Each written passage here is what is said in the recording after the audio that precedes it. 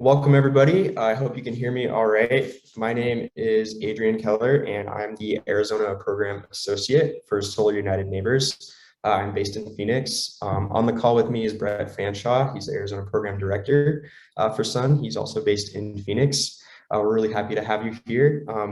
Let's get started. Make sure you can hear me all right, and you've selected your audio. Like Brett mentioned, you'll be able to submit questions in the chat, and he'll be answering those throughout. But there'll also be some time to answer any more specific questions later on. And then keep in mind that this is being recorded. So if anybody has to drop off early, we'll be able to send a recording out, and we'll get that posted on our website too once this is all done. I want to start by sincerely thanking all of our partners. This work could not be possible without them. They do a really great job of helping us reach out to the community and build community trust. So thank you so much to Boat Solar, to Marisol, Chispa, Poder Latinx, to Raza Development Fund, and the City of Scottsdale Green Building Program. We really appreciate your support. And with that, I actually want to introduce one of our partners now, Robin Romano, who would like to say a couple words to everybody. Hi, everybody. My name is Robin Romano. I'm the CEO of Marisol Federal Credit Union. We are very proud to be a partner for Solar United Neighbors. We have been working with Brett and his team for several months, and we're very excited about getting this started. Marisol is very committed to helping homeowners in Maricopa County be able to get solar, and we wanted to partner with a group who was going to do more to help homeowners learn about what solar is, how it works, how those panels talk to your house and get it energy, and all of those things, and what kind of savings for that. Solar United Neighbors is going to do just that this is our very first class for our co-op. Additionally, Marisol is offering solar lending. So we are committed to being able to make an affordable loan to people so that all people in Maricopa County, most homeowners, can be able to afford solar. It's well worth doing it. We're strongly supporting this cause. And I hope you are looking forward to an hour worth of a lot of good education so that you can go solar. And I want to thank our partners for letting me speak today.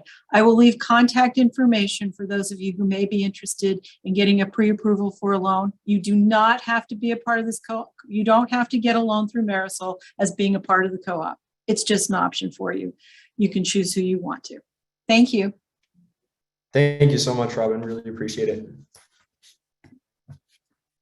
So what is Solar United Neighbors? Sun, when I say Sun, that's Solar United Neighbors. Sometimes I've learned to clarify that a little bit. So Sun is a membership-based national nonprofit. We have field staff in 12 different states, and we organize around solar policy issues. We're not a solar installer, and in fact, we're vendor neutral, but we focus on consumer advocacy, solar education, and outreach into the community. In brief, we help people go solar, join together, and fight for their energy rights. And that mission really started out back in 2007. So Solar United Neighbors began as the Mount Pleasant Solar Co-op in Washington, D.C. Walter here, who's pictured on the left, with his mother, Anya, who's actually our executive director. Walter and his friend, Diego, went and saw the movie In Inconvenient Truth. You may have heard of it. And they got back and said, Mom, this is so important. You know, this is a crisis. We have to go solar. We have to do something. So Anya looked into it and quickly found that going solar was not an easy process. They were getting different information from different companies in DC. And so what ended up happening is Walter and Anya went door to door and enlisted the help of about 50 of their neighbors to sort of untangle this process. And through that, 45 of those homes were able to eventually go solar. And after that, Anya started getting calls from across the country from people organizing in similar ways who really wanted to do the same thing. And that is really how Solar United Neighbors was born. And since then, we've been able to help over 6,500 families go solar, installing more than 53 megawatts and saving hundreds of thousands of tons of CO2. Now, Sun has been operating in Arizona just since 2019. And since that time, we've been able to help almost 270 people go solar installing a combined 2 megawatts of capacity, investing millions in the local solar economy, and saving millions on their electric bill. These solar co-ops create good paying solar jobs. And again, they offset thousands of tons of CO2. I love seeing those numbers just tick up daily. So what Solar United Neighbors does is, first, we help people go solar, either through the co-op or individually. And that includes homeowners, businesses, nonprofits, houses of worship, and that list grows constantly. We bring people together, and that includes this information session, solar tours, happy hours, lobby days. We provide resources to help solar enthusiasts effectively advocate for their rights. And that covers policies like net metering, making sure homeowners association members have solar access, and so many other important policy fights that are going on across the country, and especially right here in Arizona. And before we go any further, I want to just take a moment to address some of the inequities in our current energy system. We know that communities of color, particularly Black and Latino communities, bear an unfair share of the costs of energy production, but receive fewer benefits. Families of color are disproportionately harmed by higher utility bills and shutoffs. And on top of that, housing discrimination is a barrier to home ownership and thus solar ownership. When Sun started with a group of economically and racially diverse neighbors, they focused on solar because it helped people pay their electric bills. It also helped them stay in their homes at a time when DC was being gentrified quickly, and the whole country was in the middle of a financial crisis back in 2007. So rooftop solar really lets communities invest locally. It creates good paying jobs and brings control of the energy system within reach. So we're working towards that new energy system, one that everyone can participate in, one that's fair and equitable. Today, we're going to go over the basics of solar technology. Then we'll look about how the financial piece of that works in solar economics. And then last, we'll dig into a little bit about the co-op process. We'll start with solar technology. So just to give you a very high level overview of how the technology works. So you've got your solar array there, and that is absorbing sunlight and being fed into a solar inverter. And that's going to be converting that energy from direct current into alternating current, which will be fed through your electrical panel and out through your utility meter, which will count any electricity you're purchasing from the grid, as well as any excess solar that's going out onto the grid. So when we're talking about solar, we're talking about solar photovoltaics, or PVs. This is the technology that converts solar energy, sunlight, into electricity. And the majority of today's market is PV solar. Solar thermal and solar hot water tanks used to be more popular years ago, but today PV makes up the vast majority of the market, so it's what we're going to be focusing on. So a solar panel is made up of individual solar cells that are made of silicon. The panels typically have 60 to 70 cells per panel, and they're fairly large. They're about 6 feet by 3.5 feet, so you definitely need space to be able to put them on your roof. But when all solar panels are put together, we refer to that as a solar array. And so to talk a little bit about how the system gets attached to your roof, they are going to get attached with a racking system, and there's generally a racking solution for any kind of roof. We'll cover some more specifics, but this is sort of that typical asphalt shingle roof where the rails are screwed into the roof, and then the solar panels are going to be clipped onto the beams. If you have a flat roof, you may ballast the panels down, basically weighing them down, or you may use what's called a pitch pocket system that pitches the solar panel so it's angled the way it would be on your roof to get that optimal level of sunlight. And I know some people are interested in ground mounted solar. This can definitely be an option if you have more land, if you have more space available, but space is definitely something you're going to need to think about because you will need plenty of it to be able to do this. But if you have a roof that maybe doesn't face the right direction, this can be an option for you. But keep in mind, it can also be more expensive because you have to build the system that hooks into the ground. And you're going to need an inverter that's going to take that direct current energy from the solar panel and invert it into alternating current. There's essentially two types of inverters here. We have a string inverter that goes through strings through the central panel and all of your panels together through a central box. And then there's a micro inverter, which basically works on the panel level, inverting that energy at the panel. And those work really, really efficiently. But your installer will very likely have a preference based on the type of installation and type of roof. So they'll talk you through why a particular option may work best for you. And for connecting the solar to your home's electric panel, it's a fairly simple connection to your electric box. Most homes don't need any upgrades to be able to handle solar, but some do, especially older homes. So we always make sure to ask installers when they bid on our co-ops what the pricing is for any electrical system upgrades, so you'll know that information going in. And as we continue speaking throughout the presentation, I want to make sure we're on the same page about terminology. So a kilowatt, kW, is a unit of power. It's used to describe the size of a system in 1,000-watt increments. So this example down here would be a 4.2 kilowatt system. Kilowatt hours are a unit of energy. So that's what you'd see on your electric bill. It describes the amount of energy that your system is using. And so again, just to see how everything fits all together, you've got your solar array that's absorbing that sunlight. It's being inverted in that solar inverter, where it will be fed through your electrical panel and into your home. And then your utility meter will read any electricity you need to purchase from the grid, as well as read any excess solar you're feeding back to the grid. Net metering is a really important policy. It's basically been the driver of rooftop solar in this country for many years. And it's going to track the flow of electricity to and from you, the customer. And when you're generating more power than you are using, that extra energy goes back and is credited on your bill. So historically, you'd receive credit on your bill for that excess production at the same price you would have paid from the utility.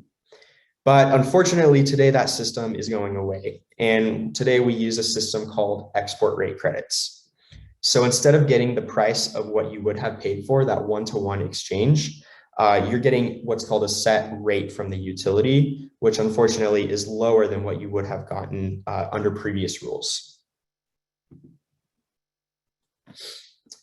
So APS has two solar rate plans for new customers. They are both time of use. So that's why there's a range in those energy charges. It's going to depend on the time of day, but also the time of year. Super off-peak charges, typically late at night. And then a demand charge is a single charge you're getting on your bill for the highest point of energy used during that month. And so we typically see with solar customers with APS that they go with that first basic time of use plan because it avoids that demand charge, and your solar system is going to be able to cover more of your energy bill during the day. Just to give you a very rough example of what a bill with APS, this APS plan might look like. So you have the charge for your on-peak energy, for your off-peak energy, various monthly fixed charges like taxes, and then you have that solar export credit in red. And that's what you're getting credited for any excess you fed back to the grid. And then there's your net total of about $80. SRPs is a little bit more complicated, but they have 4 plans for new solar customers, essentially 2 different types of plans. They all have this basic service charge, unfortunately. Again, energy charges are going to vary because it's time of use. So depending on the time of day and the time of year.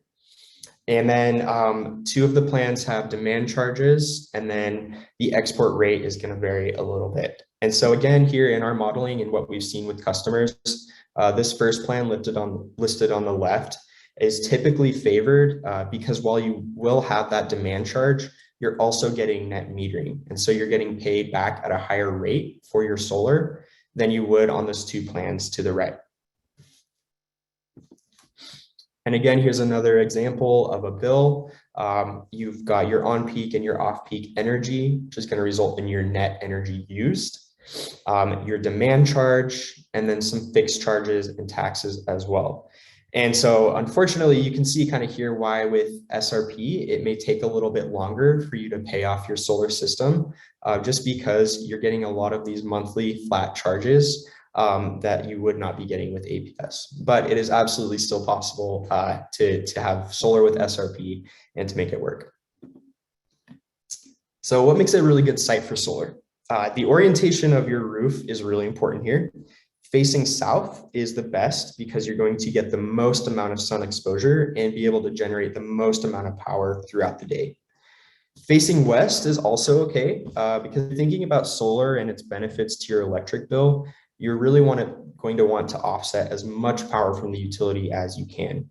So if you have a south-facing roof and also a west-facing roof, you're going to be generating energy at the later part of the day when it's more expensive anyway. You want to make sure you don't have a big tree or some other structure that is shading a lot of your roof. If that is the case, you may want to consider trimming the tree beforehand, or if it's something you're really attached to, then maybe solar might not work for you, but that's something to consider. And then of course, space. So we talked about the size of the panels. You would want to make sure there's enough roof space to install them on your roof. And when somebody signs up for a Solar United Neighbors Co-op, we actually do a free roof review that looks at the orientation of your roof, how much space, how much shade, and we do this via satellite imagery, so all from our computers. And we do this really nice free pre-screening process to make sure your roof is a good fit. So what happens when the power goes out? What if there is a really heavy monsoon storm or an electrical storm and the grid gets knocked down? When the grid goes down, your solar is also going to shut down. And this is a safety mechanism in the inverter to shut down the solar from going into the grid. And it's really a safety mechanism for utility workers so that energy isn't being fed through the lines while they're working on them. So if you want to have power when the power goes out, you'll need to have battery storage. A few reasons you may want to consider adding a battery. If you have frequent utility outages and you need a source of backup power. If you want to be able to power critical loads at home, so think things like medical equipment or something that you would be really in trouble in if you didn't have. For general emergency or disaster preparedness. And increasingly, people are using batteries to offset energy during peak periods when power is the most expensive. So a lot of the batteries out today can actually be programmed to be drawn from during the late evening hours when power is more expensive from the utility. And then the battery is going to be recharged up with your solar system during the day. If you want to get into more details, we've got a pretty great guide for battery storage. You can check that out at our website here, solarunitedneighbors.org/storage. There's some really good in-depth information about batteries. To give you a real world example, so this family, the Johnsons, they purchased a 13.5 kilowatt hour battery pack. It's recharged with their solar system during the day. And if the sun isn't shining, they have roughly 1 day of power with that battery pack. And that's going to run their refrigerator, their microwave, some lights and outlets, their cable, small air conditioning, but that's not going to have the juice to be able to handle a stove, a dryer, electric water heater, or other really large utilities. So when you're thinking about batteries and what you may need and what size you need, really kind of comes down to what your goals are and what you'd like to be able to have on if the grid is out. And this is a new pilot program from APS that we wanted to let folks know about. So APS will offer you an incentive, a cash incentive to purchase a battery pack. And with that, they are going to be able to use and see some of the data that's coming out of that battery. And if you allow APS to actually draw some of the energy from that battery and feed it into the grid, they'll bump that incentive up to $37.50. And this is really a program designed by APS to understand better how batteries and other sources of integrated demand response may be able to be used into the grid in the future. You can check more info out at that website linked right there, chargingrewards.com/APS battery. And I'm just going to say for a side note, I know this is a lot of information, but we'll be sending the copies of this PowerPoint out to any folks who need them. Some frequently asked questions that I'd love to answer before we start getting to specific questions. So warranties, there's a typical installation is going to come with 3 different types of warranties. So you'll have a power production warranty, which is going to guarantee that by year 25, your solar system is still producing a level of power that it would have earlier. You're also going to have a parts warranty, which is for the physical parts and components of the system, the racking, the inverter, the panels. So if anything goes wrong, the manufacturer will replace them. And then you'll have a labor warranty, and this will cover any roof penetrations or any work done by the installing company. And those can vary widely, but we typically see about 2 to 10 years. But we've also seen higher warranties for those. So you'll also need to take into account how long your roof has been around. When you add solar to your roof, you definitely want to call your insurance company and let them know that you're adding solar. Most people don't see an increase in their homeowner's insurance when they add solar. If there is, you should ask why. And if that's the case, maybe you want to shop around a little bit depending on how much the increase is. But solar panels actually do protect your roof some against hail and rain and other environmental factors. So many companies actually consider them an asset. Maintenance, so most solar systems are low maintenance. They're not no maintenance, but they are low maintenance. Normal precipitation is going to keep them clean. If there's a really large dust storm, you may want to hose them off or call a cleaning company. And every few years, you're going to want to have a visual inspection done and be able to continually check the production. What's really cool is that most inverters now come with an app on your phone that tracks the production of your solar system. And so that's something that you can keep an eye out for. So if your electric bill is really high one month, you think you should have produced more solar than you did, that's something that you can monitor. How long will your system last? Panels are typically warranted for 25 years, but the panels will keep producing power well beyond that, more like 30 years and even longer if they're well taken care of. If you live in a homeowners association in Arizona, we have a law that says that HOAs cannot block you from adding solar to your home. They can put in rules and regulations that may require some kind of design review, but the state Supreme Court has ruled that they cannot flat out stop you from installing solar. And last, if you're in a historic district, you're definitely going to want to check the district guidelines. They vary some city to city, but in some like Phoenix, they have some requirements that maybe say the panels cannot be seen from the street, for example. And so you'll want to just check all that out to be able to maintain any sort of historic status or tax benefits related to that. All right, that was solar technology, and we'll get into the solar economics now. Hey, Adrian, we just had one question from Robin in the chat that I think you could answer, which is how long does the inverter last? Yeah, so the inverter, they typically have a warranty between, so kind of depends on what kind of inverter, but typically between 10 to 25 years. String inverters may have a little bit of a shorter lifespan and may need to be replaced a little bit more often. So I think maybe more like 10 to 13 years. Does that sound about right, Brett?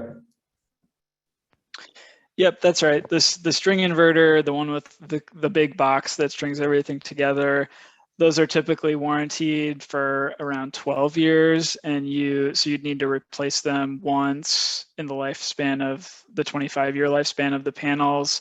And then the microinverters that are attached to each panel, those are typically warranted at the same time frame as the panel itself, so 25 years. Awesome, thanks. So solar is increasingly affordable as costs have come down in the past 10 years, and particularly in the past 15 years. This graph really represents the average cost per kilowatt, and you can see that it's really been a dramatic decrease. Solar is no longer just a specialty or boutique product for that really, really big mansion on your home. It's become an excellent return on investment, and a big part of that is because of the federal tax credit, which we'll get into a little bit later. And this is part of the reason why prices have come down, and sort of explains why they are what they are today. So in your yellow, you've got your system components. So that's the solar panel, the racking, the inverter, the physical system. And you can see prices have come down pretty dramatically for that, even just since 2010. Labor costs in that green sliver have remained relatively constant, have come down a little bit. But today, the vast majority of why solar costs what it does is soft costs. And this can be anything that is not, related to the physical product or labor. And a large chunk of it is marketing. And every solar company, is organized a little differently. But what we find is that they can spend thousands of dollars just, marketing to their customers, thousands of dollars per customer to find them to get a signed contract. Whereas Solar United Neighbors charges $600 per installation signed. And so we're able to hand this installer, here's a group of 50 to 100 homeowners who are educated, who know what they want, who are excited about solar, and that saves them thousands on marketing. And that's part of the reason why the solar co-op has such a great financial value. So the federal tax credit is decreasing, unfortunately. It used to be 30%. Now it's 26%, and next year it will drop to 22%, and by 2024 it will be 0 for residential customers. And so I also want to note that if you're an APS customer, your export rate, so that rate that you're getting paid back for excess solar, is also stepping down after this year. So for those reasons, we highly encourage folks who are thinking about solar, if they can, to get it done this year to maximize those savings. Now in Arizona, we also have a 25% state tax credit capped at $1,000. So most folks are able to just claim that $1,000. There's also a property tax exemption. And so there's a law that says that the county assessor is not allowed to increase your property tax liability for installing solar, even if it increases your overall property value. We don't pay sales tax on solar panels in Arizona. And like I mentioned earlier, we have that solar access law. So if you live in an HOA, you can have access to solar. And this is really helpful to kind of give folks just a rough estimate of what kind of prices are looking like. So I just want to preface this is average across the board. And in fact, this may actually be a little bit higher than what you'll get through the co-op. That $3 a watt is going to be a little bit higher probably than what we'll see, but that's is going to be the base price of the system for a 4 kilowatt and an 8 kilowatt system. You've got your federal income tax credit there, your state income tax credit, resulting in your net costs from that orange bar. And then the lower portion, we've shown roughly an estimated year 1, 10-year, and 25-year savings from your electric bill, which will result in a nice net profit after 25 years. And with SRP, same thing here, same formats, but you'll notice there's some ranges down on the bottom. That's because of their 4 different rate plans that make it a little trickier to estimate this, but we just wanted to be upfront that those are the ranges there. And again, unfortunately, you'll see with SRP why your net profit is going to be a little bit smaller than APS, and that's because some of those fixed monthly charges and rate fees we talked about. So there are multiple options to finance a solar system. Of course, cash up front is going to be the most expensive option, but it will maximize your savings over the lifespan of the system. There are plenty of different loan options, and we'll talk more about that in the next slide. But if you want all the details, we have a page, solarunitedneighbors.org/financing. Third-party ownership. This includes power purchase agreements, includes leases, and effectively what this is, it means a third party will own the solar system, and then you are leasing it. And so you won't own it at the end of the lifespan. Unfortunately, we've seen some people get into some leases with less than great rates where they end up paying higher costs than they would have if they had just, purchased a solar system or maybe even not purchased a system at all. It also makes it really tricky to sell your home if you're leasing. And so for these reasons and others, we definitely encourage people that, if you are able to finance the system and being able to own it at the end is really, really beneficial. And again, is going to maximize those savings. And then there's one grant that we mentioned here, the USDA Rural Energy for America program, which is available for rural businesses. And so a lot of people, one of the most common options we see with loans is going through the home equity line of credit option. You can also refinance your home with an option to choose to include solar. You'll have an option to go through your installer's preferred financing company. You're not required to, but they'll often have a preferred one that they'll ask you to go through. And again, we just encourage everybody to shop around to find out what fits them best. If you are a co-op member, you'll have access to loans through the Clean Energy Credit Union or Community First Credit Union. You only have access to those as a solar co-op member, and they often have really low fees. And then as we heard from Robin at the beginning, Marisol is offering this excellent Green Sun energy efficient loan that will provide some really great rates to finance your system. All right, let's talk about the solar co-op. So when we're talking about a co-op, we're talking about a group of homeowners in a defined geographic region. And Sun has had over 300 of these across the country, and they've really become a well-oiled machine at this point that we consistently see results from. Some of the benefits of going solar in a co-op: first, we aggregate lots of consumers together, so you're all going solar at the same time through a competitive bidding process. This is going to help save money on your installation, though we cannot guarantee that you'll save money. Co-ops tend to receive lower pricing than if you went on your own. We also support you through the process, including technical guidance. We help you make an informed decision that you really feel confident about. And we also are going to help connect you with solar lovers in your neighborhood so you can become part of a growing movement that has a broader impact on solar nationwide. Now, the entire co-op process takes roughly 6 to 8 months. So we are all in step 1 right now. You're learning about the info session, you're learning about solar and how the co-op works. And after this concludes, we sincerely hope that you'll go to our website and sign up to join the co-op. It's free to join, and there is no obligation to go solar or to go solar with the installer that the co-op has selected. Throughout the process, spreading the word and growing the co-op to be as large as possible is really important. It helps us have more buying power. So we have a goal of 100 members for the Maricopa County Co-op, and that's a really doable goal, but not without your help. And so we ask you to invite your friends, your neighbors, your coworkers, anyone who hates paying their electric bill to join this co-op. You really want to have a huge impact in Maricopa County. So step 4 is going to be the installer selection process. Once we hit 30 members, Solar United Neighbors is going to issue a competitive request for proposal for solar installers who will then bid on the co-op. We're going to review their bids, make sure that their licensing, their insurance, their references all look good, and that everything is up to our standards. Then Solar United Neighbors is, like I mentioned, vendor neutral. We think it's really important that the folks who are going to have solar installed are the ones choosing their installer.